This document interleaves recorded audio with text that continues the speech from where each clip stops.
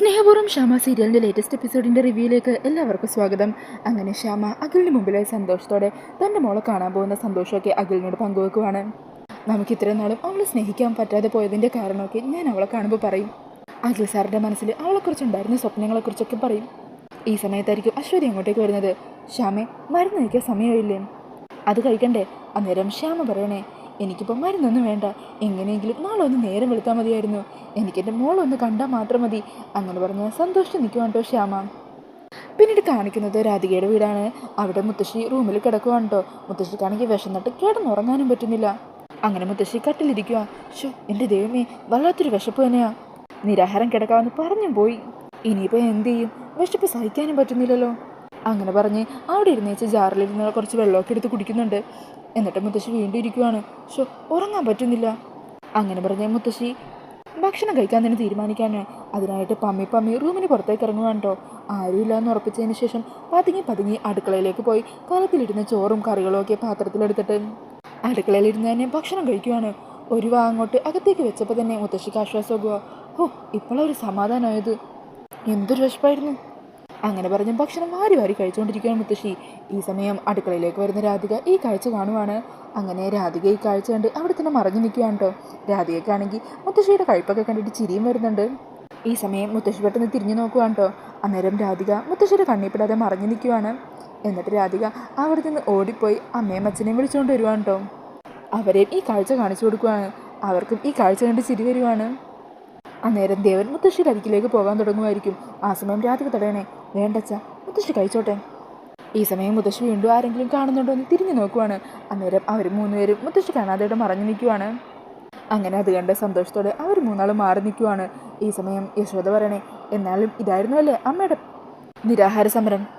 അന്നേരം ദേവൻ പറയണേ, ഇപ്പം തന്നെ അമ്മയോട് ചോദിക്കേണ്ടതായിരുന്നു, മോള് തടഞ്ഞതുകൊണ്ടാണ് ഞാൻ പിന്നെ ചോദിക്കാഞ്ഞത്. ആ സമയം രാധിക പറയണേ, മുത്തശ്ശി സമാധാനമായിട്ട് കഴിച്ചോട്ടെ, നമ്മൾ അറിഞ്ഞു എന്നറിഞ്ഞാലേ അത് പിന്നെ മുത്തശ്ശിക്ക് ഭയങ്കര വിഷമമായിരിക്കും. മുത്തശ്ശിയുടെ ഗൗരവം അങ്ങനെ തന്നെ ഇരുന്നോട്ടെ.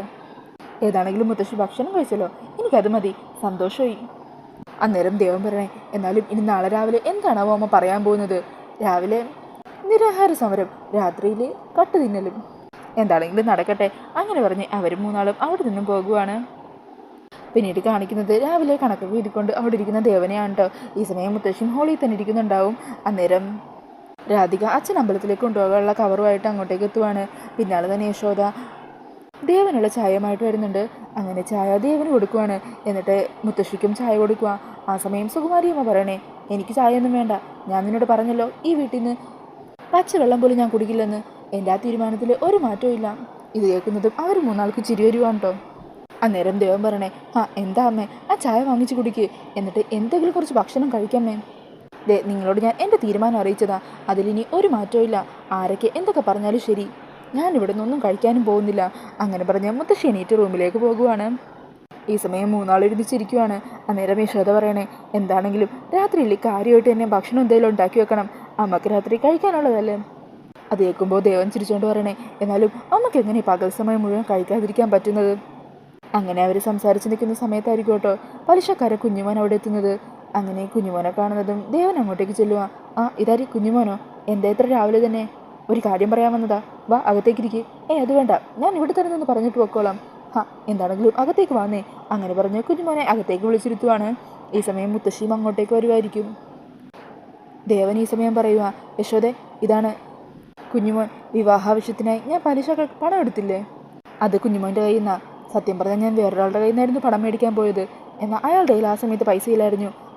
അയാൾ തന്നെയാണ് കുഞ്ഞുമോൻ എനിക്ക് പരിചയപ്പെടുത്തി തന്നത്. അല്ല, എന്തായിപ്പോൾ ഈ വഴിയൊക്കെ വന്നത്?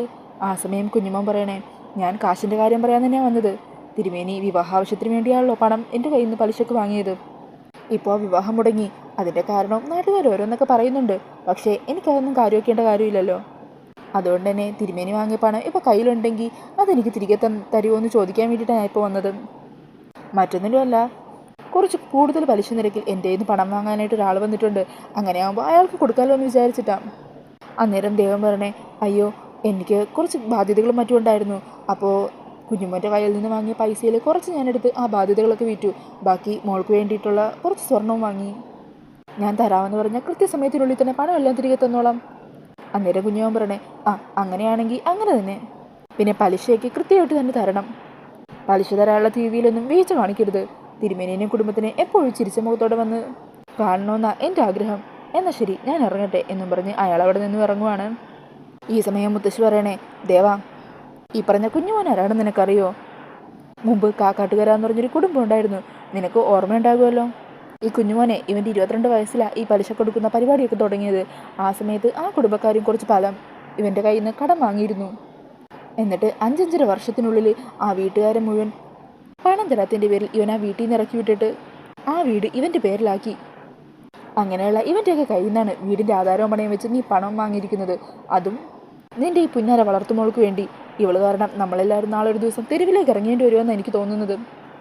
അന്നേരം ദൈവം പറയണേ, ആ പണത്തിൽ നിന്ന് കുറച്ച് ഞാനെടുത്ത് എൻ്റെ ബാധ്യതകൾ തീർത്തെന്ന് പറഞ്ഞത് അമ്മയും കേട്ടതല്ലേ? അത് പ്രിയങ്കമ്മളുടെ വിവാഹത്തിന് വേണ്ടി വാങ്ങിച്ചു വെച്ച കടബാധ്യതയാണ്. പിന്നീടുള്ള കുറച്ച് പണം രാധിക മോൾക്ക് വേണ്ടി സ്വർണ്ണമായിട്ട് ഇവിടെ ഇരിക്കുന്നുണ്ടല്ലോ. അന്നേരം മുത്തശ്വരനെ, പറയുമ്പോൾ നീ ഇങ്ങനെ ഓരോ ന്യായങ്ങൾ പറഞ്ഞു. അവസാനമേ ഇനി നാളെ ഒരിക്കൽ നീ ഇരിക്കുന്ന ഈ സ്ഥാനത്ത് ആ കുഞ്ഞുമോൻ കയറിയിരിക്കും. നമ്മളെല്ലാവരും ഇവിടെ നടിച്ച് പുറത്താക്കുകയും ചെയ്യും. അപ്പോൾ നീ നിന്റെ മോൾക്ക് സപ്പോർട്ടായി ഇങ്ങനെ തന്നെ പറഞ്ഞുകൊണ്ടിരിക്കും എന്നും പറഞ്ഞ് മുത്തശ്ശി അകത്തേക്ക് കയറി പോകുവാണ്. ഈ സമയം രാധിക പറയണേ, അച്ഛാ, തൽക്കാലം ഇവിടെ ഇപ്പം മേടിച്ച സ്വർണ്ണ ഇരിപ്പുണ്ടല്ലോ, അത് വിറ്റിട്ട് അയാൾക്കുള്ള പണം കൊടുക്കാം. ബാക്കി പിന്നീട് കൊടുത്താലും പോരെ? ആ സമയം ദൈവം പറയണേ, എന്താണെങ്കിലും മുഴുവൻ പണം കൊടുത്താലല്ലേ ആധാരം തിരികെ കിട്ടൂ. അതൊന്നും ഓർത്ത് മോള് വിഷമിക്കണ്ട, എന്തെങ്കിലും വഴി കാണാന്നേ. എന്തൊക്കെ പറഞ്ഞാലും പെട്ടെന്ന് അയാൾ വീട്ടിലേക്ക് കയറി വന്നപ്പോൾ എന്തോ മനസ്സിലെ രാധി പോലെ. ഈ സമയം രാധിക പറയണേ, അച്ഛാ, വിഷമിക്കാതിരിക്കുക. അച്ഛൻ അമ്പലത്തിൽ പോകാൻ സമയമായില്ലേ? അച്ഛൻ എണീക്ക്, വാ, ഞാനും അമ്പലത്തിലേക്ക് വരുന്നുണ്ട്, നമുക്ക് ഒരുമിച്ച് പോകാം. എന്നാൽ ശരി അമ്മേ എന്ന് പറഞ്ഞ് രാധികയും ദേവനും കൂടി അമ്പലത്തിലേക്ക് ഇറങ്ങുവാണ്. ഈ സമയം മുത്തശ്ശി യശോദയുടെ അരികിലേക്ക് വരുവാ. അതെ, ഞാൻ പറഞ്ഞ ദേവൻ മുഖവിലക്കെടുക്കില്ല. അവള് കാരണമേ കുടുംബത്തിൽ ഓരോ ദോഷങ്ങൾ ഇതുപോലെ വന്നുകൊണ്ടേയിരിക്കും. ഈ സമയം യശോദ പറയണേ, എൻ്റെ അമ്മേ, കുടുംബത്തിൽ ഇങ്ങനൊരു പ്രതിസന്ധി വരുമ്പോഴെങ്കിലും അമ്മക്ക് ഇങ്ങനെ എല്ലാവരെയും കുറ്റപ്പെടുത്താതിരുന്നൂടെ? ഇവിടെ നിന്നാലേ എനിക്ക് സമാധാനം കിട്ടില്ല. അതുകൊണ്ട് ഞാൻ അവരുടെ കൂടെ അമ്പലത്തിലേക്ക് പോകുക എന്ന് പറഞ്ഞ് യശോദയും അവിടെ നിന്ന് ഇറങ്ങുവാണ്. പിന്നീട് കാണിക്കുന്നത് കണിമംഗലമാണ്. അവിടെ പരമേശ്വരൻ ഹോളിൽ തന്നെ ഇരുന്ന് ചായ കുടിച്ചുകൊണ്ടിരിക്കുകയാണ്. ആ സമയം ഇന്നലെ വരുൺ പറഞ്ഞ വാക്കുകളൊക്കെ പറയുവാണ്. നീ അച്ഛൻ പറഞ്ഞാലും അനുസരിക്കില്ല അല്ലേ എന്നൊക്കെ പറഞ്ഞപ്പോൾ വരുൺ തൻ്റെ തീരുമാനത്തിൽ തന്നെ ഉറച്ചു നിന്ന കാര്യമൊക്കെ ഓർത്തിട്ട് പെട്ടെന്ന് വല്ലാത്തൊരു തളർച്ച തോന്നുവാണ് കേട്ടോ പരമേശ്വരനെ. അങ്ങനെ എഴുന്നേറ്റ് നടക്കാൻ തുടങ്ങുമ്പോൾ വീഴാൻ പോകുമായിരിക്കും. ഈ സമയം ഗൗതം താങ്ങി പിടിക്കുന്നുണ്ട്. ഈ കാഴ്ച കണ്ട് പത്മിനി അങ്ങോട്ടേക്ക് വരുവാണ് കേട്ടോ. അങ്ങനെ ചന്ദ്രശേഖരനും ഉർവശിയൊക്കെ ഓടി വരുന്നുണ്ട്. എന്തു പറ്റി ഏട്ടാ, എന്തെങ്കിലും കുഴപ്പമുണ്ടോ? ഈ സമയം വരുണോ അങ്ങോട്ടേക്ക് വന്ന് അച്ഛൻ എന്തു പറ്റിയെന്ന് പറഞ്ഞ് ദേഹത്ത് ഇങ്ങനെ തൊടുവാണ്. അന്നേരം പരമേശ്വരൻ ദേഷ്യത്തിൽ വരളിൻ്റെ കൈ തട്ടി മാറ്റുക. തൊടണ്ട നീന്. അന്നേരം പത്മിനി ചോദിക്കണേ, എന്താ ഏട്ടാ, ഹോസ്പിറ്റലിൽ പോകണോ? അതിൻ്റെ ഒന്നും ആവശ്യമില്ല. ഈ സമയം ഉർവശി പറയണേ, ഏട്ടൻ്റെ അവസ്ഥയ്ക്ക് കാരണം വരുണാണ്. നിന്റെ വാക്കുകളും പ്രവൃത്തിയുമാ നിന്റെ അച്ഛനെ ഇങ്ങനെ തളർത്തി കളഞ്ഞത്. അന്നേരം പത്മിനി പറയണേ, അതേ മോനെ, നീ അമേരിക്കയിലേക്ക് പോകാമെന്ന് പറഞ്ഞതാ അച്ഛന് വിഷമമായത്.